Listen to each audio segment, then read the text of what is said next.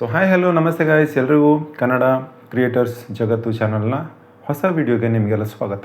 So ನಾವು ಇವತ್ತು ಯಾವ ವಿಷಯದ ಬಗ್ಗೆ ಮಾತಾಡ್ತಿದ್ದೀವಿ ಅಂತ ಅಂದರೆ, ಇವತ್ತು ನಾವು ಈ ಯೂಟ್ಯೂಬಲ್ಲಿ ಬರ್ತಕ್ಕಂತಹ ಕಮೆಂಟನ್ನು ಅಥವಾ ನೆಗೆಟಿವ್ ಕಮೆಂಟ್ಗಳಿಗೆ ನಾವು ಯಾವ ಥರ ರೆಸ್ಪಾಂಡ್ ಮಾಡಬೇಕು ಅನ್ನೋದ್ರ ಬಗ್ಗೆ ಈ ಒಂದು ವಿಡಿಯೋದಲ್ಲಿ ಮಾತಾಡ್ತಾ ಇದ್ದೀವಿ. ಸೊ ಇಲ್ಲಿ ನಾವು ಮೊದಲನೇ ಪಾಯಿಂಟ್ ಏನಂತಂದರೆ, ಒಂದು ಟೀಕೆಗಳು ಬರ್ತಾ ಇದ್ದಾವೆ ಅಥವಾ ಕಮೆಂಟ್ಗಳು ಬರ್ತಾ ಇದ್ದಾವೆ, ಅದು ಪಾಸಿಟಿವ್ ಆಗಲಿ ನೆಗೆಟಿವ್ ಆಗಲಿ ಏನಾದರೂ ಕಮೆಂಟ್ ಬರ್ತಾ ಇದೆ ಅಂತಂದರೆ ಜನರು ನಿಮ್ಮ ವಿಡಿಯೋನ ನೋಡ್ತಾ ಇದ್ದಾರೆ ಅಂತ. ಸೊ ನಿಮ್ಮ ವಿಡಿಯೋನ ನೋಡಿ ಅರ್ಥ ಮಾಡಿಕೊಂಡು ಅದಕ್ಕೆ ಒಂದು ರಿಪ್ಲೈ ಕೊಡ್ತಾ ಇದ್ದಾರೆ ಅನ್ನೋದು ಒಂದು, ನೀವು ಅದನ್ನು ಪಾಸಿಟಿವ್ ಆಗಿ ತೊಗೊಬೇಕು. ಯಾವುದನ್ನು? ಜನರು ನಿಮ್ಮ ವಿಡಿಯೋವನ್ನು ನೋಡ್ತಾ ಇದ್ದಾರೆ ಅನ್ನೋದು. ಸೊ ಎರಡನೇ ವಿಷಯ ಬಂದುಬಿಟ್ಟು, ಎರಡನೇ ಟಾಪಿಕ್ ಬಂದುಬಿಟ್ಟು, ನೀವು ಯಾವುದೇ ಎಲ್ಲರನ್ನೂ ಮೆಚ್ಚಿಸೋದಕ್ಕೆ ಸಾಧ್ಯ ಇಲ್ಲ.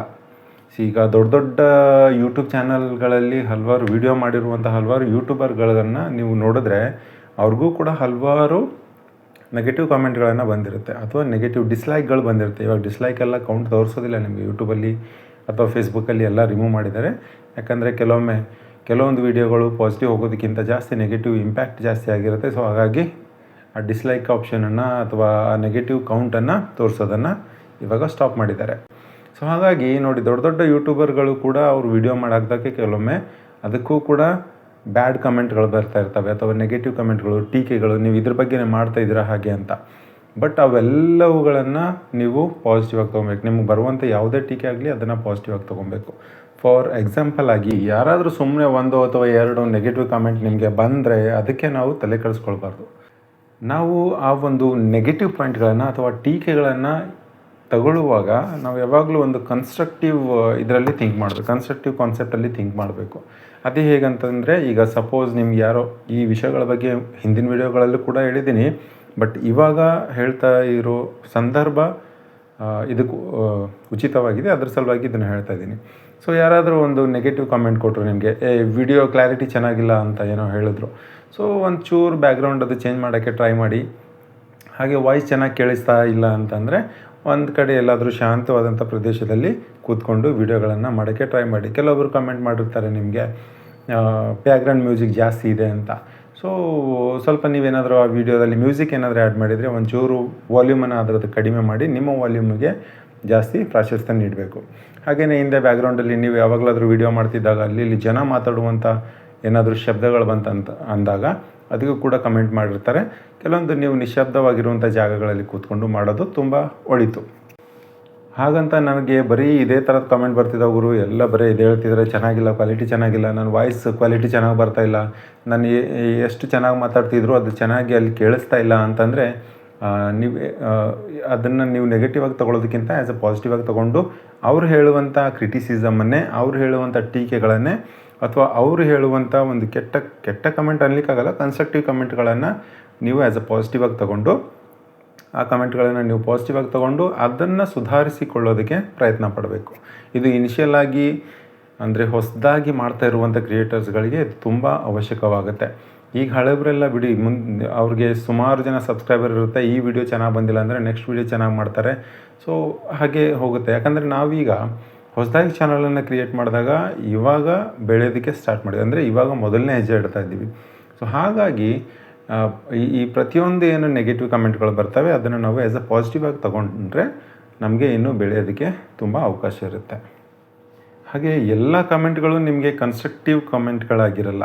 ಕೆಲವರು ಉದ್ದೇಶಪೂರ್ವಕವಾಗಿ ಅಥವಾ ದ್ವೇಷಪೂರ್ವಕವಾಗಿ ಕೂಡ ಆ ಕಮೆಂಟ್ಗಳನ್ನು ಹಾಕ್ತಿರ್ತಾರೆ.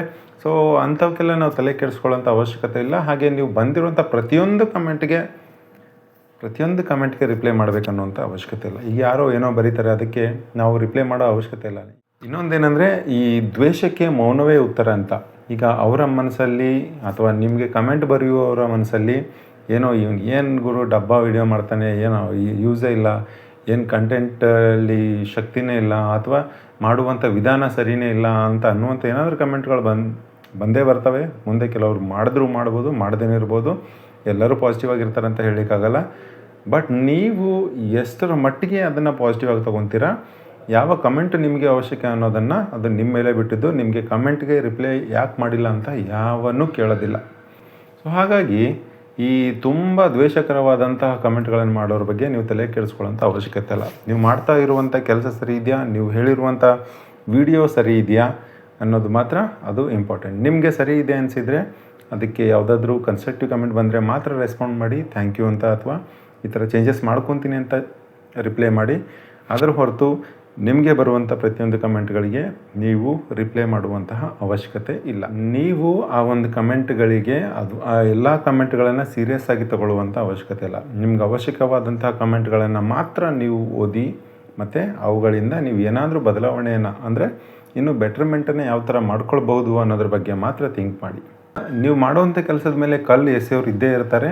ಸೊ ಅದೇ ಕಲ್ಲುಗಳನ್ನು ಬಳಸಿ ನೀವು ನಿಮ್ಮ ಸಾಮ್ರಾಜ್ಯವನ್ನು ಹೇಗೆ ಕಟ್ಕೊಳ್ತೀರಿ ಅನ್ನೋದು ನಿಮ್ಮ ಮೇಲೆ ಬಿಟ್ಟಿದ್ದು.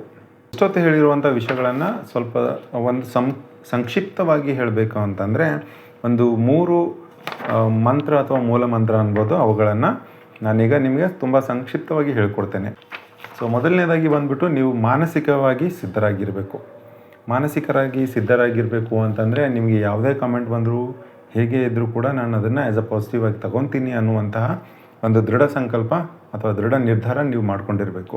ಹಾಗೆಯೇ ನೀವು ಮಾಡುವಂಥ ಕೆಲಸ ಎಲ್ರಿಗೂ ಇಷ್ಟ ಆಗಬೇಕಾಗಿಲ್ಲ, ಆದರೆ ನಾನು ನನ್ನ ಕೆಲಸನ ಪ್ರಾಮಾಣಿಕವಾಗಿ ಮಾಡ್ತೀನಿ ಅನ್ನುವಂತಹ, ಅಥವಾ ನಾನು ನನ್ನ ಪ್ರಯತ್ನವನ್ನು ಪ್ರಾಮಾಣಿಕವಾಗಿ ಮಾಡ್ತೀನಿ ಅನ್ನುವಂತಹ ಒಂದು ದೃಢ ಸಂಕಲ್ಪ ನಿಮ್ಮದಾಗಿರಲಿ. ಈಗ 2ನೇ ಪಾಯಿಂಟ್ ಬಂದುಬಿಟ್ಟು ಒಂದು ಫೀಡ್ಬ್ಯಾಕ್ ಪಟ್ಟಿನ ಮಾಡ್ಕೊಳ್ಳಿ. ಅಂದರೆ ನಿಮಗೆ ಬಂದಿರುವಂಥ ಕಮೆಂಟ್ಗಳಲ್ಲಿ ಒಂದು 5 ಕಮೆಂಟ್ಗಳ ಲಿಸ್ಟನ್ನು ಮಾಡ್ಕೊಳ್ಳಿ. ಯಾರು ಪಾಸಿಟಿವ್ ಆಗಿ ನಿಮಗೆ ಮೆಸೇಜ್ ಮಾಡಿದ್ದಾರೆ, ಏನಂತ ಮಾಡಿದ್ದಾರೆ ಅನ್ನೋದನ್ನು, ಅಥವಾ ಒಂದು 5 ಕಮೆಂಟ್ಗಳು, ಅಂದರೆ ನೀವು ನಿಮ್ಮ ವಿಡಿಯೋದಲ್ಲಿ ನೀವು ಇನ್ನೂ ಹೇಗೆ ಬೆಟರ್ ಮಾಡ್ಬೋದು ನಿಮ್ಮ ವಿಡಿಯೋನ ಅನ್ನುವಂಥ ಪ್ರಶ್ನೆಗಳನ್ನು ನಿಮ್ಮ ವೀಕ್ಷಕರಿಗೇ ಕೇಳುವ ಮುಖಾಂತರ ಬರುವಂಥ ಕಮೆಂಟ್ಗಳಲ್ಲಿ ಒಂದು ಪಟ್ಟಿ ಮಾಡ್ಬೋದು ನೀವು. ಅಂದರೆ ಏನೇನನ್ನು ನಾನು ಇನ್ನೂ ಸುಧಾರಿಸಬಹುದು ಅನ್ನೋದ್ರ ಬಗ್ಗೆ ಒಂದು ಪಟ್ಟಿನ ಮಾಡ್ಕೊಬೋದು. ಸೊ 3ನೇ ಪಾಯಿಂಟ್ ಬಂದುಬಿಟ್ಟು ನಾವು ಯಾವಾಗಲೂ ಸಕಾರಾತ್ಮಕವಾಗಿರಬೇಕು. ಅಂದರೆ ಒಂದು ಪಾಸಿಟಿವ್ ಮೈಂಡ್ಸೆಟ್ಟಲ್ಲಿ ನಾವಿರಬೇಕು. ಸೊ ಕಮೆಂಟ್ಗಳು ನೆಗೆಟಿವ್ ಬರಲಿ ಪಾಸಿಟಿವ್ ಬರಲಿ, ನೀವು ನೋಡಿ ಈಗ ಇನಿಷಿಯಲಾಗಿ ಏನಾದರೂ ವಿಡಿಯೋ ಸ್ಟಾರ್ಟ್ ಮಾಡೋಕ್ಕೆ ಟ್ರೈ ಮಾಡಿದ್ರೆ ಪಕ್ಕ ನಿಮಗೆ ಒಂದು 10 ಜನ, ಒಂದು 5 ಜನರಿಂದ 10 ಜನದಿಂದ ಪಾಸಿಟಿವ್ ಫೀಡ್ಬ್ಯಾಕ್ ಬಂದೇ ಬರುತ್ತೆ. ಸೂಪರ್ ಆಗಿದೆ, ಚೆನ್ನಾಗಿದೆ, ಇದೇ ಥರದ ವಿಡಿಯೋಗಳನ್ನು ಹೇಳಿ ಇನ್ನೂ, ಅಥವಾ ಬೇರೆ ಬೇರೆ ಮಾಹಿತಿಗಳನ್ನು ಹೇಳಿ ಅನ್ನುವಂಥ ಇನಿಷಿಯಲ್ ಸ್ಟೇಜಲ್ಲಿ ಹೇಳ್ತಾ ಇದ್ದೀನಿ. ಸೊ ಆ ಥರ ಬಂದೇ ಬರುತ್ತೆ. ಎಲ್ಲೋ ಒಂದು ಕಡೆ ಅಲ್ಲಿ ಇಲ್ಲಿ ಕೆಲವೊಂದು ನೆಗೆಟಿವ್ ಕಮೆಂಟ್ ಬರುತ್ತೆ. ಸೊ ಹಾಗಾಗಿ ಆ ಒಂದು ನೆಗೆಟಿವ್ ಸಲುವಾಗಿ ನೀವು 10 ಜನ ಪಾಸಿಟಿವ್ ಕಮೆಂಟ್ ಏನು ಮಾಡಿರ್ತಾರೆ ಅವ್ರಿಗೆ ನಿರಾಶೆ ಮಾಡಬಾರ್ದು. ಯಾಕಂದರೆ ಆ 10 ಜನ ಮತ್ತೆ ಇನ್ನೂ ಏನೋ ಬೇರೆ ಎಕ್ಸ್ಪೆಕ್ಟ್ ಮಾಡಿರ್ತಾರೆ, ಇನ್ನೂ ಬೇರೆ ಬೇರೆ ಮಾಹಿತಿಗಳನ್ನು ಮಾಡಲಿ ಅಂತ ಎಕ್ಸ್ಪೆಕ್ಟ್ ಮಾಡಿರ್ತಾರೆ. ಯಾಕಂದರೆ ಈಗ ನೋಡಿ, ನಿಮ್ಮ ಆ ಒಂದು ಗುಂಪಲ್ಲಿ ನೀವು ಒಂದು ಯೂಟ್ಯೂಬ್ ವಿಡಿಯೋಗಳನ್ನು ಮಾಡ್ತಿದ್ದೀರಾ, ಏನೋ ಒಂದು ಇಂಟರ್ನೆಟಲ್ಲಿ ಹಾಕ್ತಾ ಇದ್ದೀರಾ ಅಂತಂದರೆ ಅವ್ರಿಗೂ ಒಂದು ಫೀಲ್ ಆಗುತ್ತೆ, ನಮ್ಮ ಫ್ರೆಂಡ್ ಕೂಡ ಯೂಟ್ಯೂಬ್ ವಿಡಿಯೋ ಮಾಡ್ತಿದ್ದಾನೆ, ನಾನು ಕೂಡ ಬೇರೆಯವ್ರಿಗೆ ಹೇಳ್ಬೋದು, ಇವ್ರನ್ನು ನನ್ನ ಫ್ರೆಂಡೇ ನೋಡಿ ಈ ಥರ ಎಲ್ಲ ವಿಡಿಯೋ ಮಾಡ್ತಾರೆ ಅನ್ನುವಂಥ ಒಂದು ತಲೆಯಲ್ಲಿ ಆ ಒಂದು ವಿಚಾರ ಅವರಿಗೆ ಹೋಗಿರುತ್ತೆ. ಸೊ ಹಾಗಾಗಿ 10 ಜನ ಪಾಸಿಟಿವ್ ಥಿಂಕ್ ಮಾಡೋರ ಬಗ್ಗೆ ವಿಚಾರ ಮಾಡಬೇಕೆ ಹೊರತು ಯಾವುದೇ ಒಂದು ನೆಗೆಟಿವ್ ಕಮೆಂಟ್ ಬಂದರೆ ಅದರ ಬಗ್ಗೆನೇ ವಿಚಾರ ಮಾಡ್ತಾ ಅದ್ರ ಬಗ್ಗೆನೇ ತಲೆ ಕೆಡಿಸ್ಕೊಂಡು ಕೂತ್ಕೊಳ್ಳೋದು ಅವಶ್ಯಕತೆ ಇಲ್ಲ ಅಂತ ನನ್ನ ಅನಿಸಿಕೆ. ಸೊ ಅಷ್ಟೇ ಗಾಯ್ಸ್, ಇವತ್ತಿನ ವಿಡಿಯೋದಲ್ಲಿ ನಾವು ಈ ನೆಗೆಟಿವ್ ಕಮೆಂಟ್ಗಳನ್ನು ಹೇಗೆ ಪಾಸಿಟಿವ್ ಆಗಿ ಪರಿವರ್ತಿಸಬಹುದು ಅನ್ನೋದ್ರ ಬಗ್ಗೆ ಮಾತಾಡಿದ್ವಿ. ಸೊ ನಮ್ಮ ವಿಡಿಯೋ ನೋಡಿದ್ದಕ್ಕೆ ಧನ್ಯವಾದಗಳು.